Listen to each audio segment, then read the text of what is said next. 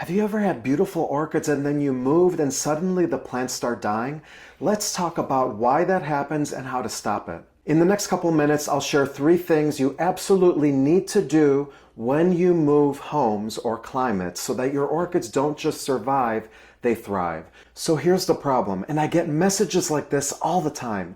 Someone has a windowsill full of thriving orchids, they move to a new state or even a new apartment or home, and suddenly everything goes downhill, leaves shrivel, roots rot, and before long the orchid's in the trash. Now, most people don't even question it. They assume that the orchids just don't like their new home, and then they go buy more. But here's the thing.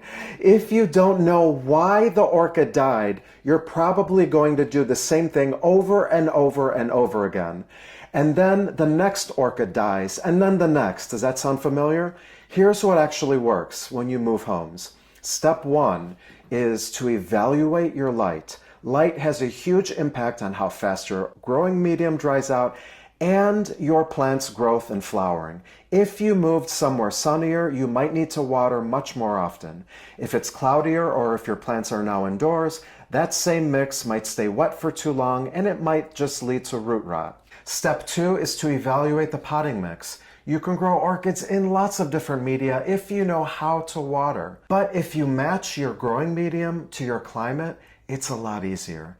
In general, sphagnum moss will work better in dry or hot places.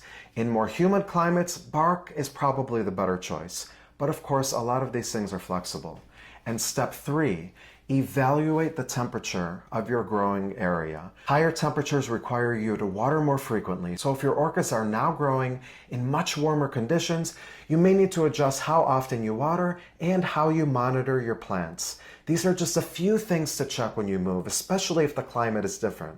When you're flexible with your care, your orchids will respond beautifully. And one thing that has been helping a lot of people is to keep detailed notes on your plants before and after the move, or in general. That's why I created my Orchid Care Journal, and it cracks me up every time I look at the title. You can grab it on Amazon. It's got suggestions on what to track so you can adjust efficiently and stop guessing. With this journal, you'll know exactly what worked in your last setup so that you can spot the differences and make smart changes right away.